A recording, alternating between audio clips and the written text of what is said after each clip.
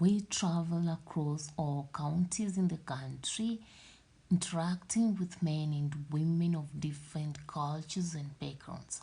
We enter the archives, open files, read books, newspapers, and listen to the most recent global news and trends to bring you candid conversations on security, violence, terrorism, gender, women, and any other pressing issue in Africa. This is CSTV. Have it raw and real. Ladies and gentlemen, welcome back to CSTV, where we keep it real and raw.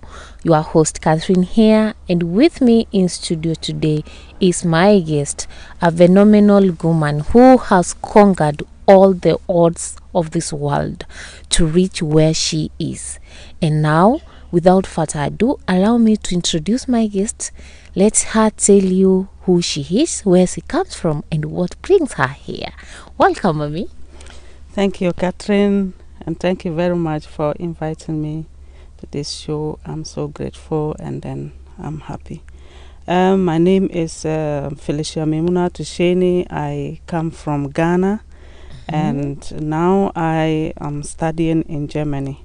I have a lot of interest in Kenya, so I always have this on. So we should steal you and take you to Kenya? My Kenyan brother, should I bring her? I don't know whether Ghanaians are going to accept it. West Africa means East Africa now, my dear. You are one of the women that actually, when we look at, I say that actually you are a phenomenal woman who has conquered a lot actually to be where you are today. Would you mind please sharing your story with us? Where were you born? How was your family? How was it growing up? Actually, growing up was not something fun. It was not easy at all. It was actually hectic because I come from one of these disadvantaged families. I was born in Tamale, Ghana, and I am actually from one of the disadvantaged families. I mean, financially not sound, and education in Africa is not something easy. You have to have finance. You have to finance yourself. You have to pay school fees and do whatever. So it was not easy to have it. It was not cool at all. Even how to get books and even uniforms and sandals to wear to school was not something easy to come by.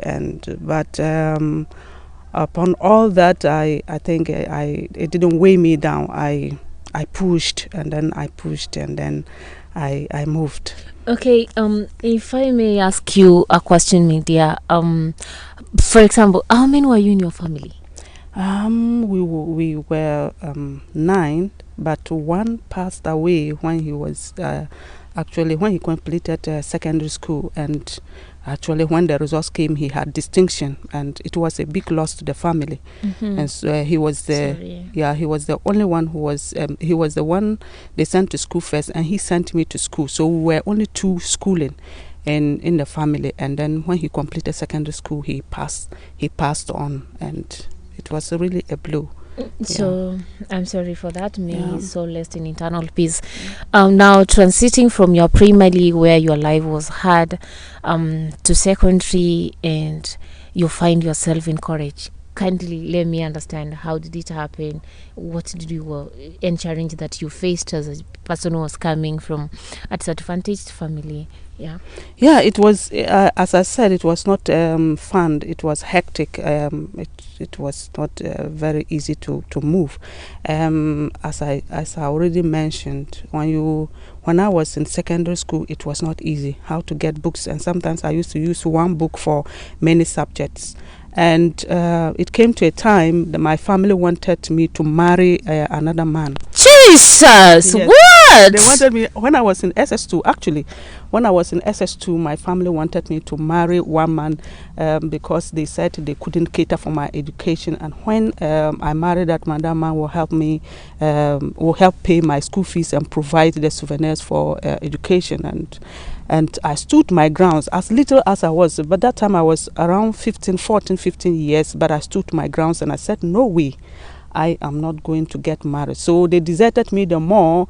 The little they were doing, they stopped doing. They were insulting me. That time it was not easy for me. Yeah, life was not easy for me because the family was against me. But I said no way. And growing up, I was this. I have been this spiritual, and I never picked a boyfriend anyway. But we go to the bush, we pick wild fruits and then vegetables. We go to the market, we sell. So anytime I came from school, I used to do those things, and then I get money so that I could buy soap and then go to school. All the good things girls will enjoy when they go to school, I never enjoyed it anyway. I never enjoyed it, and the family actually wanted me to, and I said no way. I stood my grounds. I look sober in the eye, but within me, I'm very strong. I stood my grounds and I said, no way, I am not going to get married. I'm going to school. And Mami, if I may ask you, was this man rich? From the village level, when you see somebody who is educated, that person is rich. You get it. Even it was that man was even I think when I grew up, it was just recently I got to know that man was not even a teacher. They thought he was a teacher, but he was actually a librarian.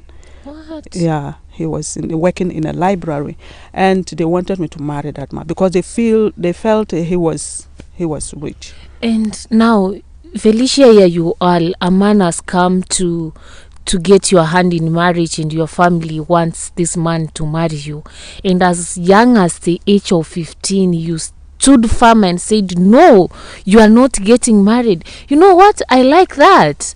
Yeah. I wish all the women outside there, we can stand and say, no, I don't want this. This is not my portion. But I'm seated here and I'm asking myself, at the age of 15, what was actually driving you to say no? Because this is Africa, Felicia, where once the parent says which children are supposed to follow, what exactly was motivating you? Like, what is this that you really say that I don't want to get married, I want to do this? What was actually motivating you? Yeah, I know the family I'm coming from. My family being poor is not by choice. And I didn't want to choose that path. I said that I want to be successful at any course. I want to be successful, and I want to do everything possible to be successful. And so I said, no way, I'm not going to get married. I want to go to school. I want to go higher in education and attain any degree that I want to attain. Wow. So that was my mind, and I told them, no way, I'm not going to do that. And secondly, I saw that young ladies, when they got married, it was always flamboyant, and then you see they dress very well, and within 2 months you see that they are mixing cloths. I think you understand. They can even wear a skirt and wear a cloth on top. And I said, no way, I don't want this life. I used to look at people and then compare their marriages and compare their lives, their current life, and I said, no, I don't want this life. I want to be successful. I want to go to school. And then the third thing was that anytime we used to pound, like we had pistol, and then we pound my region, we do this shea butter extraction, and we used to pound the shea nuts before we could. And anytime I pounded shea nuts, I got blisters in my hands. And I said, if I don't go to school, I'm going to be pounding this and I'll be getting blisters. Can I do it all the time to be successful? So I said, so these were some of the things that were driving me. And I said, no way. I used to sit down and I focus, and then I think deep into the future, and I see that no, I don't see myself doing this and getting successful. Okay. I have to stand my grounds, and I have to go to school. That was why. And my dear, now you are here. You said no, you don't want to get married, and your family has cut in sort of a help that they were giving you. How do you transit then to university or to college? How did you make it?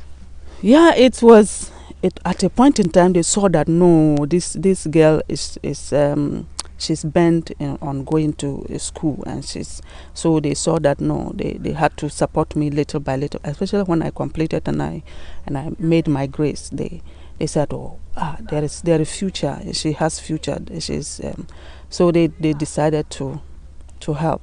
I have one brother. When I passed my examination at the SS level, he took a cow and then he sold it for me.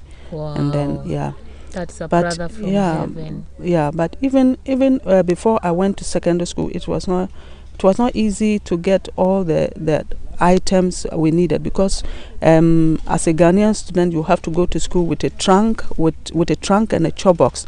Your chop box will contain, it is a wooden box, it contains your food items, and then your trunk contains your clothes. But I didn't get that. I had a very small chop box that I put my clothes, I put my food inside. And then when I went to the school there, they were making fun of me, because students, when they saw the chop box I came with, they were making fun of me. They could laugh at it, they could sit on it and call it golden trunk, and even my colleagues, my classmates were also saying the same thing. But my classmates stopped when we started classes, and they saw that I was doing well. So they stopped. They stopped and started to respect me, because they just saw that my life outside does not reflect the life I live in the classroom. So they stopped. Wow, yeah. I like that. Your life outside was not reflecting the life you were living in the classroom. That's very powerful, Felicia. Yeah. Now, you have completed high school. You are into college. How now do you get to your sweetheart? Yeah, as I told you, I was so spiritual, and I am so. I'm so spiritual. You were so spiritual, so today you are not. I'm so. I realize you PhD people, when you start getting a PhD, so you start denouncing God. No, I am. Okay. I'm so spiritual. Mm-hmm. Yeah. What was the question? How did you get your sweetheart? I want to understand. Yeah. How did you transit into your marriage? Now you've gone to college and so forth. How was it like? I went. At the training college, I met this man, and then he proposed to me. Then I swindled. Hey, were you a first year or a second year? I was in my first year. Hey, that was very fast. Yeah, my first year, and that was and he was my first boyfriend at college. Yeah, so Was it love at the first sight? No. He didn't find it easy. He didn't find it easy. You were praying hard. I was praying hard. I told him to wait. Mm-hmm. Then I will pray about it, because I don't just go into relationships. Mm-hmm. So I was praying for 3 months, and then yeah. You wanted to go to the mountain, Felicia. Hey, you get it? I was not. It came to a time. You. Actually, it came to it. I had a before he approached me. I dreamt, mm-hmm. and I was in the bush. I fear maggots, caterpillars, these mm-hmm. maggots. Mm-hmm. So I was in the bush with my friend, and then my friend was chasing me with one of them, and I was crying and running. So this man came from nowhere. He just appeared and shouted and called my name, Felicia. And I stopped. Mm-hmm. So he told my friend not to do that again. Since I fear the maggots, he shouldn't use them to frighten me. Mm-hmm. So my friend stopped, and I woke up. So the following day we were going to fetch water. I was going to fetch water with that same friend. Mm-hmm. Then I heard him called me as he called me in the dream. Wow. And I stopped, and I already told my friend about the dream. So I said, just like the dream.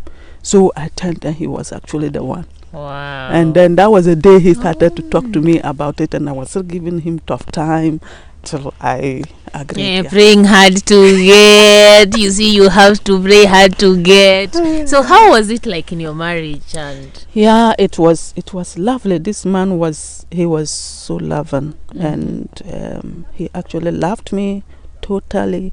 And in fact, my today is what he started. He started my today because because me, I was in school, and he just called me and told me, I've bought a form and I'm filling it for you. I'm choosing English and a basic education for you. You know, I told you are not going to do distance course. You are going to the university. So I went home. He picked me on a motorbike, and then we went and posted the form, and that was the beginning. But he didn't live to see my today. what happened? Yeah, he passed away when I was in Sorry. in the university during my bachelor's. My last year, final semester, that I lost him through accident. Yeah. Sorry, mommy. Now, my dear viewers, this is a young woman who has come from a very, very difficult beginning against the love of her life, and this man, he says, altered whatever she is today. Unfortunately, this man never lived to see what this lady actually achieved. So what I'm saying is that she became a widow as an undergraduate student. Watch out for part 2. We see what actually happened. This is my story with memunatu, sheini, Felicia.